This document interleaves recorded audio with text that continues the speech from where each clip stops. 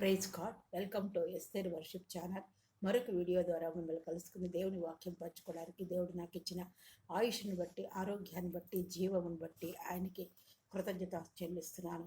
మీరందరూ నన్ను ఎంతగానో ప్రోత్సహిస్తూ, బలపరుస్తూ, ఆదరిస్తూ నడిపిస్తున్న మీ అందరికీ నా వందనాలు తెలియజేసుకుంటున్నాను. ఈరోజు మరొక వాక్యం ద్వారా దేవుడు మనతో మాట్లాడలాగున మన వాక్యం చదువుకుని ప్రార్థన చేసుకుందాం. ఎక్సోడస్ నిర్గమకాండం 3:12 చూసుకుంటే, ఆయన నిశ్చయముగా నేను నీకు తోడయ్యుందును, నేను నిన్ను పంపిదిరనుటకు ఇది నీకు సూచన. నేను ప్రార్థన చేసుకుందాం. అత్యంత మహాపరిశుద్ధులను, ప్రేమమైన, కృపామైన, దయామయుడైన ప్రభువా, మీ అపరంజి పాదములకు లెక్కలేని స్థుతులు, స్తోత్రాలు, వందనాలు చెల్లించుకుంటూ ఈ రాత్రికాల సభలో నీ పాద సన్నిధానికి వచ్చినవైనా ఈ వాక్యం వివరించడానికి నాకు జ్ఞానం సరిపోదు. మీ ఆత్మ నడిపింపు దయచేసి నాతో మాతో మాట్లాడి, నాయన మేము ఎలాగ ఇంకను మీ యందు మీరు మాకు తోడున్నారని విశ్వాస జీవితంలో ఎలా సాగిపోవాలో మాకు నేర్పించి, మరొకసారి మాకు నేర్పించి మహింపదమని మీ ప్రియకుమారుడు మా రక్షకుడు నేను యేసుక్రీస్తు వారికి నీ పదాలు పట్టుకుని అతి మిత్రులంగా ఆయనకు వచ్చినాం తండ్రి. ఆమె ఇక్కడ దేవుడు మాట్లాడుతున్నాడు మాట మోషేతో. ఏమని చెప్తున్నారంటే, నిశ్చయముగా నేను నీకు తోడయ్యుందును, నేను నిన్ను పంపినటకు ఇది నీకు సూచన అంటున్నారన్నమాట. నీకు తోడై ఉంటాను. నువ్వు ఫరో దగ్గరికి వెళ్ళి ఇశ్రాయేల్ జనాంగాన్ని నడిపించడానికి నేను నీకు తోడై ఉంటాను అని భవిష్యత్తులో జరగబోయే సంగతులు అంటే ఎట్లాగా నడిపిస్తాడు అనేసి ఆయన చెప్తున్నారన్నమాట. మోషేకి చెప్తున్నట్టుగా చూస్తున్నాం. దేవుడు మోషేకి ఇచ్చిన వాగ్దానాన్ని తెలియచేస్తోంది ఈ వచనం. నేను ఖచ్చితంగా నీతో ఉంటాను. ఆయన ఏమంటున్నారు? నిశ్చయముగా, ఖచ్చితంగా నేను నీతో ఉంటాను, నువ్వు భయపడవలసిన పని లేదు, నేను నీకు తోడై ఉంటానని చెప్తున్నాడు. అంటే విజయానికి మోషే యొక్క వ్యక్తిగత సామర్థ్యం వలన కాదు విజయం.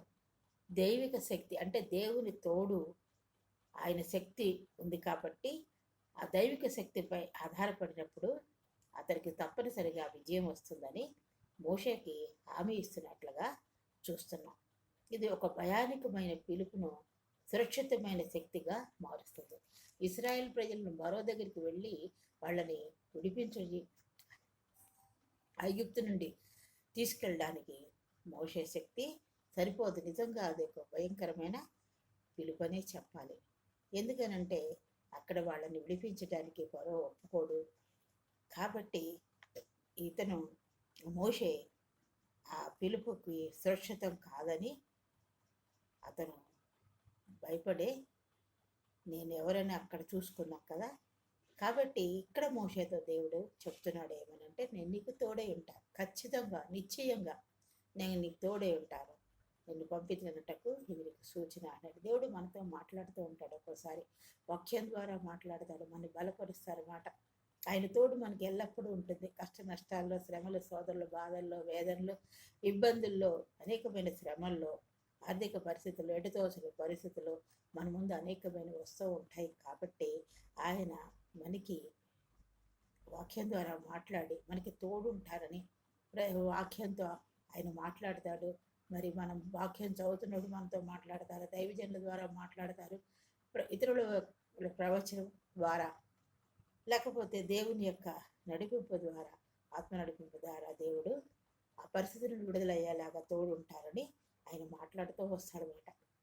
ఇది ఇంకను భవిష్యత్తులో హోరేబులో జరిగే ఆరాధన ఇశ్రాయేల్ విడిపించడానికి దేవుని శక్తికి నిర్ధారణగా పనిచేస్తుంది.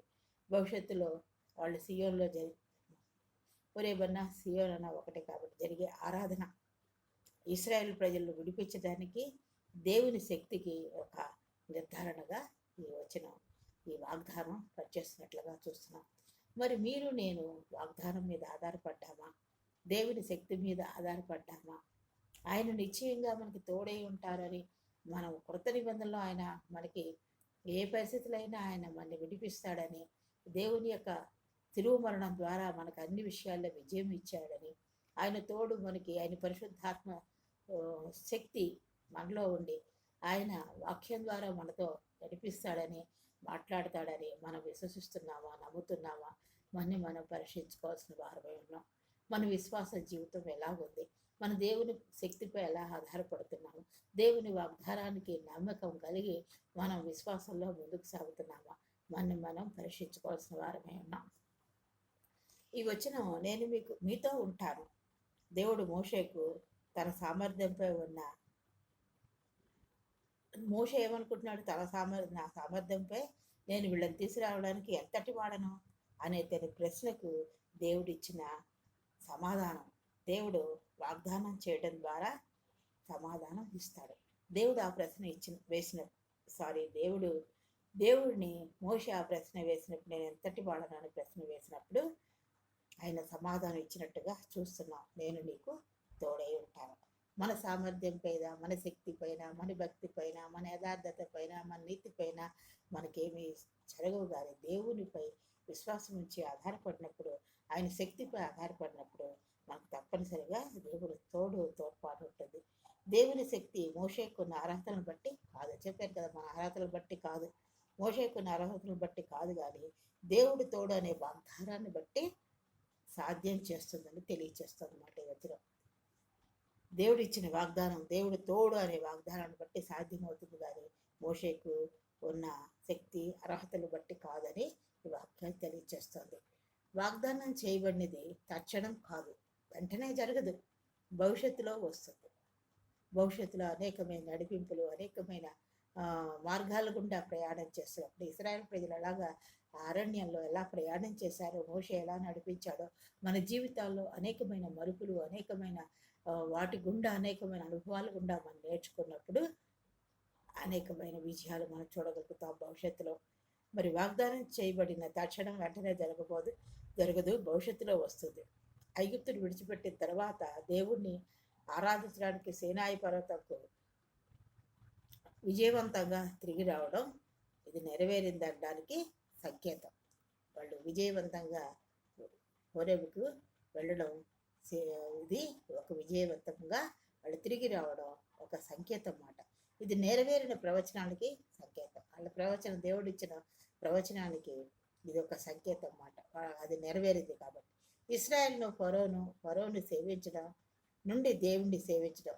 ఇశ్రాయేల్ ప్రజలు ఫరోను సేవించేవారు, ఫరోకు భయపడేవారు, ఫరో పెట్టే వెట్టి చాకరీలు, వెట్టి పనులన్నీ చేసి ఆయన్నే సేవించడం, ఆయన్నే ఆధారపడి ఆయన్ని ఆరాధించడం ఇలా చేసినప్పుడు వాళ్ళని ఐగుప్తు నుండి, ఆ ఫరో రాజు నుండి విడిపించి దేవుణ్ణి ఆరాధించేవారిగా ఆయన ఆ నిరంకుశ పాలన నుండి వాళ్ళని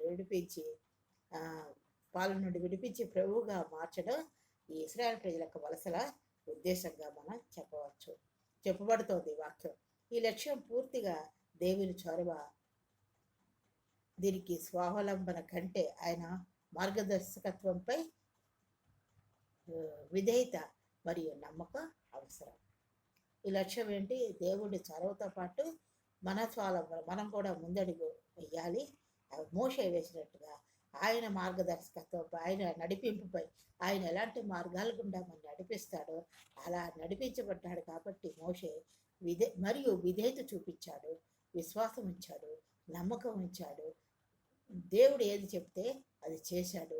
ఆ ఇశ్రాయేల్ ప్రజలను ఐగుప్తును విడిపించడానికి ఫరో దగ్గర ఏమేమి కార్యాలు చేయాలని దేవుడు సంకల్పించాడో అలాగ మోషే ద్వారా మరి మోషేకి చెప్పినట్టుగా మార్గదర్శకం ఇచ్చి నడిపించినట్లుగా అలా చేశాడు. కాబట్టి ఆ విధేయత, నమ్మకం, విశ్వాసం ద్వారా మరి విజయం వచ్చింది వాళ్ళకి. కాబట్టి ఈ వచనం దేవుని సన్నిధి విశ్వాసులకు చాలా అవసరం. మరియు ఇంకా ఓదార్పు, మరియు విశ్వాసులకు అంతిమ ఓదార్పు ఏంటంటే దేవుని సన్నిధి.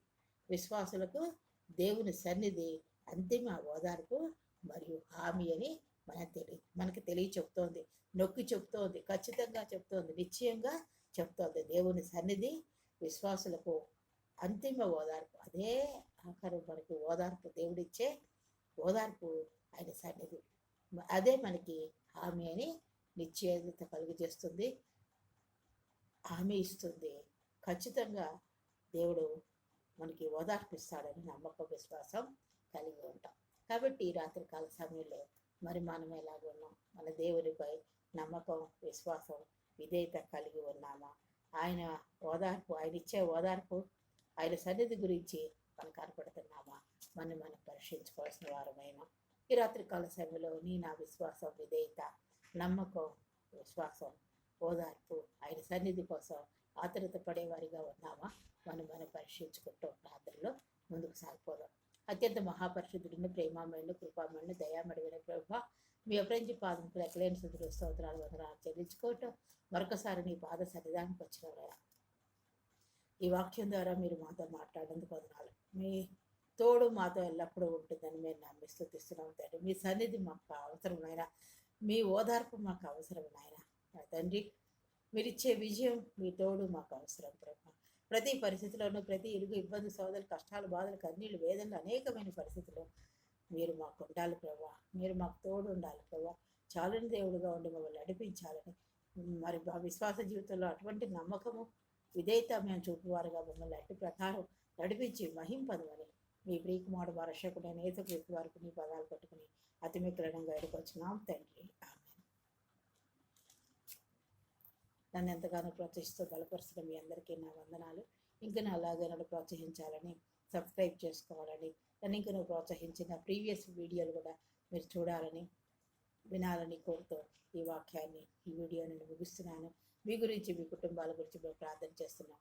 నా గురించి, మా కుటుంబాల గురించి, మా బిడ్డలందరి గురించి మీరు ప్రార్థన చేయాలని కోరుతూ మరొకసారి మీరు చూపుతున్న ప్రోత్సాహాన్ని బట్టి మీకే వందనాలు చెల్లించుకుంటూ ఈ వీడియో నేను ముగిస్తున్నాను. దేవుడు మిమ్మల్ని అందరినీ దీవించుగాక. ఆమేన్.